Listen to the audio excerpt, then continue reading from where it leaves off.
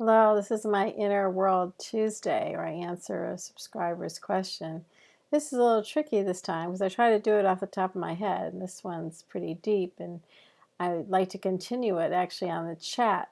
So I'll start a question there, and maybe you can go there and give me your answers to this question, because I think some of them are very vital to what we experience as women with ADHD. She says, I find it tricky to determine when asking for extra help is a burden to the other person or a sign of unhealthy dependence. How do you figure out when you're already feeling like your needs are too deep, too much? What are healthy needs in the framework of having differences? Boy, this is really essential stuff to think about.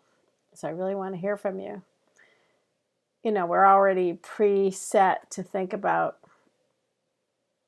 our needs in a relationship from all those years of not understanding and getting feedback about we're too much, or we're asking for help too much, or we're just too much in general. So when we go into let's say, a healthy relationship as an adult, these are triggers that are bound to emerge and get us hung up.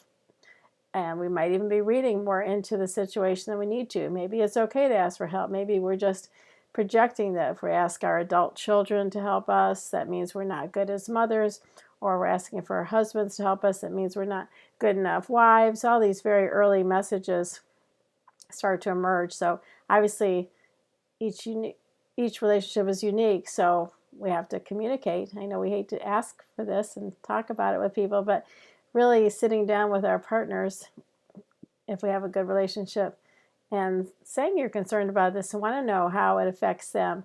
And sometimes there are too many needs to go around. Sometimes your partner has a lot of needs too, or your children do. And so to know when the opposite of, getting help is not just, sucking it up. We need to know, do we need to get some extra help? We need to get some different help. Do we need to split up things differently? So in other words, we have to ask for the help we need, figure out who can give the help, what help do we give somebody where they have needs that aren't being filled. So really redistributing the areas of help can sometimes work, instead of just automatically letting things be assigned to people without really working it through. Sometimes we need to get extra help in, or reduce the load we're putting on ourselves, but the answer can't be just for us to absorb it all and get more depressed and more overwhelmed. So we have to confront these kind of head on.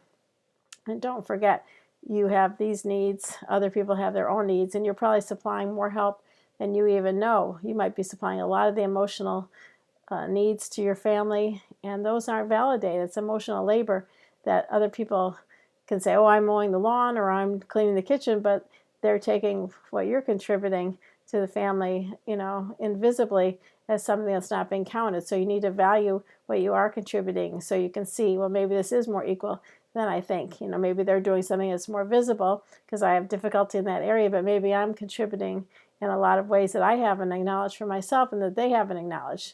You have to own it yourself to be able to acknowledge it and get it validated and let it count in that equation.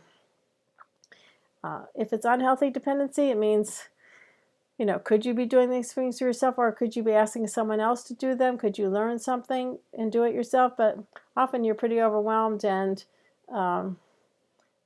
I'm not sure what a healthy dependency is in this case. I think we all depend on each other in healthy relationships, and if the other person is not feeling resentful and you're sure they're not feeling resentful, and if they appreciate your strengths and let you give to them in other ways, then maybe that's what comes out as healthy. If your partner can't help you in the ways you need to come to terms with that and decide how you are going to get those needs met by other people, other professionals, other friends, other trades.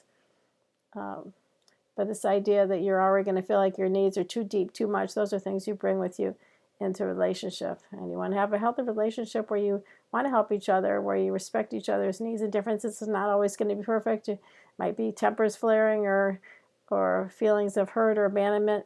But in a good relationship, you should take some time and think about it and work through it, and come to a good place again pretty soon. Healthy needs in the framework of having differences. I think, again, if you can think of both of you, all of you, everyone having needs and difficulties and needing help, and what it means to be in a family, what it needs to help each other, and to constantly be rebalancing. One person might have one more needs in a period of difficulty or stress or a special project or something they're focusing on or some loss they're going through. These are going to shift, so it's not an all or nothing thing. So constantly rebalancing these needs and rethinking how you can help and support each other in a healthy relationship. So I'd love to hear your own stories, your own comments on this in the comment section, but also in the chat section. So thank you so much for this wonderful question.